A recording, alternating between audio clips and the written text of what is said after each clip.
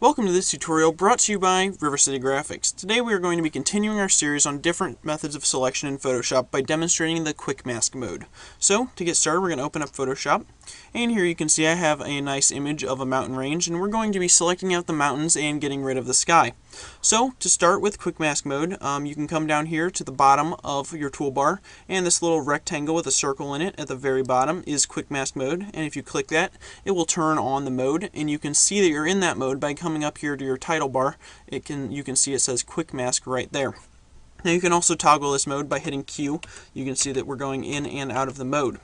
Now Quick Mask mode is one of those things, in previous tutorials I've said that not all selection methods are great for getting a complete effect. It's good for starting it, and you'll need to refine it a little bit with other selection methods in order to complete it. Now Quick Mask mode is one of the ways that you can refine your selection. So I'm going to show you basically with the magic wand tool here. I'm just going to make a quick selection. Hold shift and you can grab up some more of the sky, and we'll just try and get some more, and you can see that we have a bit of an issue here.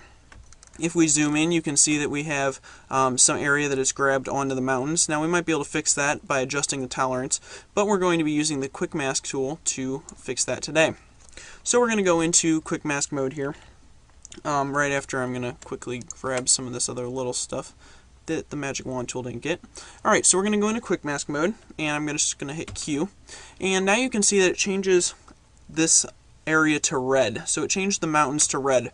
Now what that means is that that is what is not selected.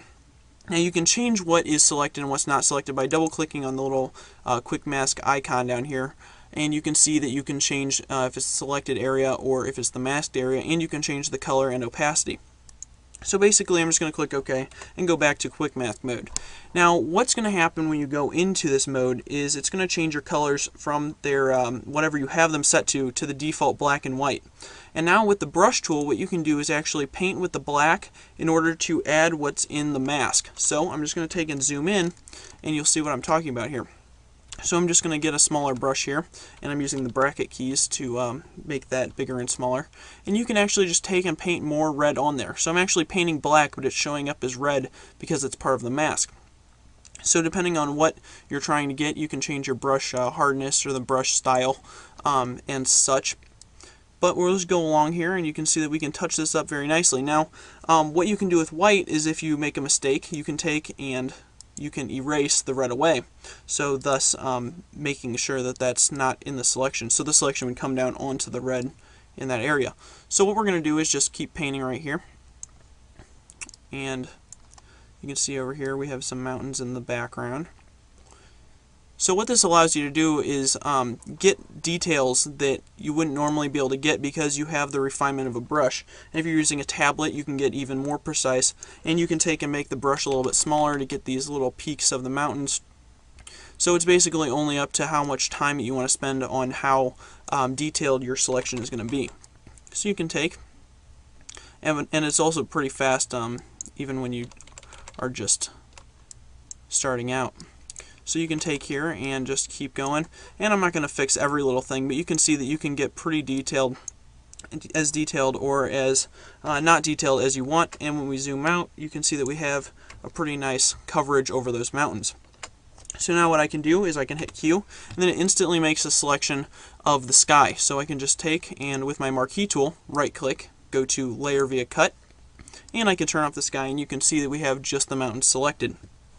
So let me show you what you can also do. I'm just going to hit Control-Alt-Z to undo that, and I'm going to deselect. Now you can also do it in the reverse if you want to. You can hit Q and then hit B again to go to your brush tool, and you can actually take and paint over what you want to keep with the red. So I'm just not going to take and make a great selection here, but you can get the idea. So I go over it with red with the brush tool, and then what I do is I hit Q again to go out, and you can see that now we want to take and keep the mountains, so we're going to hit select and then inverse, and now we have that selection right there where the red was. So if you want to get what the red was, then you can go to select inverse once you have the marching ants, as they call it.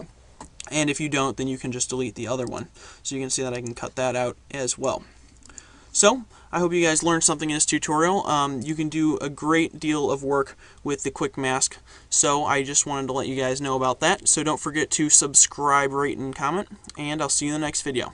Thanks for watching.